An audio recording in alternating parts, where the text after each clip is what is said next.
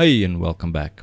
In this lesson, we're going to set up our tracking scene, we're going to orient the scene, and then finally we're also going to set the scale of the scene so that we're working in a real world scale, which just makes everything easier when adding objects to our scene later on. So what we want to do first is make sure you're on the Solve tab here on the left hand side, and then scroll all the way down until you get to this Scene Setup section right here. And what we're going to do here is we're simply going to click on Setup Tracking Scene. Now this will create a camera and also a plane and also a cube inside of the scene. So if we go back to the Layout tab here at the top, you can see now we have a camera, we have a light. Oh yeah, it also sets up a light, and then a plane, and then also a cube. Alright, and then if we scrub through our timeline, you can see that we actually have some camera motion already. Now our scene is not oriented, so if you look through the camera, you can see that things are not really aligned to the floor of our scene, and it's not looking correct. So we're going to go back to the motion tracking tab right here at the top, and now we're going to orient the scene and kind of tell Blender which is the center of the scene, where is the floor, and all of those things. Now let's look at this orientation section here on the left hand side. So you can see we've got some options such as floor, wall, set origin, x-axis, y-axis, and also the scale. So we're going to start with the origin first. So we want to tell Blender which tracker is going to be in the center of our 3D world. Now if we go to the layout scene and we kind of just go out of the camera, now the center of our scene is where the X and the Y axes, where they meet. That's the center of our world. So let's go back to the tracking, motion tracking workspace, and we're going to select one of these trackers to set as a center point of our world. And it's usually good to use a tracker that's on the ground plane and also somewhere that's kind of in the center of the scene. So let's look at our scene and choose a tracker that will be the origin of our world. And I think this tracker right here will be a good center point for the world, because it's on the floor first of all, and it's kind of in the center of our frame, and I think it's just a good center point to have. So just a tip, when selecting any trackers in your scene, don't click on the tracker itself, because you can actually mess up the track like that if you kind of click and drag accidentally. So just a tip, click next to the trackers like that if you want to select the tracker.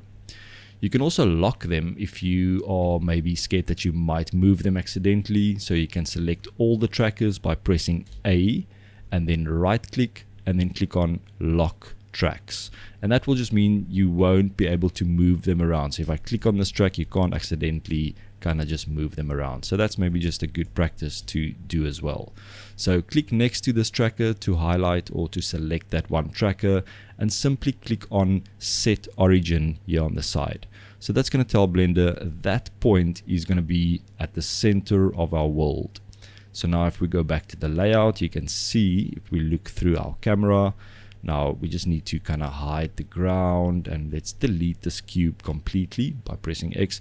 Now you can see the center point of our axes is set to that point in space. But you can see it's not orienting the scene correctly. It's kind of still up in the air. It's not looking aligned. So let's go back to the motion tracking tab, and next we want to tell Blender where the floor is of the scene.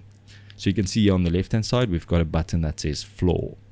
Now we need to select 3 trackers that's on the floor so that Blender can figure out or triangulate those 3 tracks and then create the floor plane on that plane. So you can select any 3 trackers that's on the floor, but I would suggest you use trackers that's not too close to each other.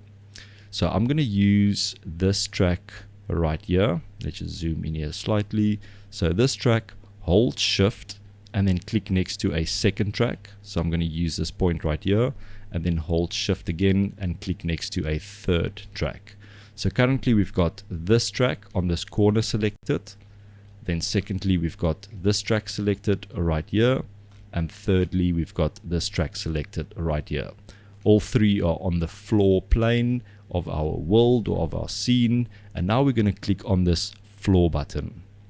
So now it automatically sets that plane to match the floor. So now if we go back to the layout and we look through the camera, you can see things are looking a little better. It kind of looked at this, it looks like this is the floor of our scene, but you can see the axes are not matching our scene completely. Alright, so what we want to do is we want to select a tracker that's either on the x-axis or the y-axis in relation with the center or the origin tracker. Now remember, we set this tracker as the origin point, the middle point of our scene. So we can either select this tracker, because that's on the x-axis from that origin point, or we can select this tracker, which is on the y-axis from the origin point. So I'm going to select this tracker because it's on the x-axis from that original, the center point tracker. And then I'm going to simply click on set x-axis. All right. So now if we go back to the layout, now you can see that it's actually matching the x-axis on that line, because we told Blender that this tracker on this point is on the x-axis in relation to the center of our world, the origin point. Now, if you don't have any trackers that's exactly on that x-axis or on the y-axis, we can actually manually adjust this in our scene. So if I go to the layout section again, we can simply click on the camera. You can click it in the view or in the outline here on the side to highlight the camera. And now press R to rotate, and then press Z to rotate only on the Z axis. And now I can kind of hold in shift to do some finer adjustments, and I can see I can manually align my scene to match the axes. So I'm just going to kind of rotate it until I can see that the lines are actually following my scene. You can see these lines going back, these grid lines that are following the building like that. This one is kind of following this, but it's not completely correct yet. So I'm just going to kind of rotate it until it feels like it's in the scene. You can also move the camera around on the Z plane. So if we want to do that, we can press G to move, but we only want to restrict it to the X and the Y axes. We don't want to move up and down.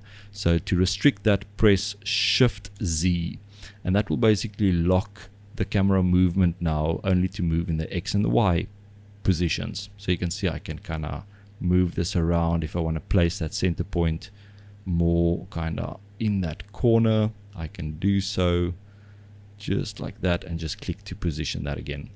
Now if we look through, or if we exit our camera, we can actually delete this light as well. It's going to delete the light, and now I'm going to bring also the floor plane back that we actually hide from our scene. So now you can see we've got a floor plane, and now I'm going to play through this by pressing space. Alright, as you can see, our plane is kind of moving with the scene. It's obviously intersecting the building a bit. So what I want to do, I'm going to go back to frame 1, and I'm just going to scale this plane down. So with the plane selected, press S to scale, and just scale it down so it's kind of matching a little bit better. And let's move it into the corner of this area, because remember, this plane is now on the ground plane. It looks like it's kind of up higher, but it's actually on the ground plane. So I can move this in the X and the Y axes to position it into this area.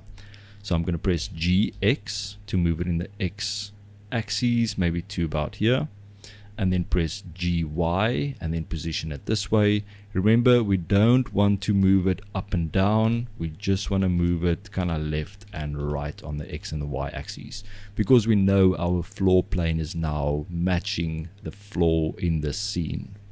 So simply just move it on the X or on the Y to position it somewhere that we can kind of see it's matching. And now if I play this back, you will see that that plane is matching the movement of the scene, and it's kind of stuck on the floor in this area, and this is looking perfect.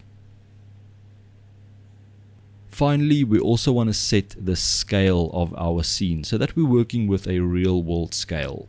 So let's go back to the motion tracking tab to do that. And what we need to do is we need to find two trackers that we can kind of guess the distance between those two tracks. and then we can input that number either in meter or in any other unit you are comfortable with, and that will just set up our scene scale to that real world scale. So I'm going to kind of zoom in here, and let's say we want to take this tracker and kind of figure out the distance between these two tracks. Now I'm going to work in meters, but you can work in feet or anything else that you feel comfortable with. It depends how your blender is set up, but I'm going to work with meters. So I'm going to guess the distance between these 2 points are probably about 1, 2, 3, 4, 5, maybe about 6 meters, maybe even a little bit more, maybe 8 meters. I'm going to set this up as 8 meters. So I'm simply going to select these 2 tracks. So click next to the first one, hold shift, click next to the second one, and now here where it says set scale, apply scale and distance, I'm going to enter that number that I just guessed here by distance. So I'm simply going to enter 8 meters or 8 right here, and then I'm going to click on set scale. Just click set scale and that's it. Now if we go back to our layout section, you can see our plane looks a lot smaller because our scene scale has now been set. And if we play this back, you'll see that it's still matching perfectly with the camera movement, but our scene is now better set as a real world scale. You can see these boxes are basically 1 meter boxes. So this will give us 1, 2, 3, 4, 5, 6, 7, 8, 9, 10, 11, 12 meters for this wall. And I think that should be pretty close to should be fairly close to real world scale. It's obviously not perfect because I didn't go and I didn't measure this distance. If you are on that set where this footage was taken, it's always good to get some real world dimensions, maybe measure one wall and then you know the distance if you want to be really precise. But I think for this it should be fine. We're kind of close to the real world scale, so I am happy with that. So go ahead and save your scene, and I will see you in the next lesson.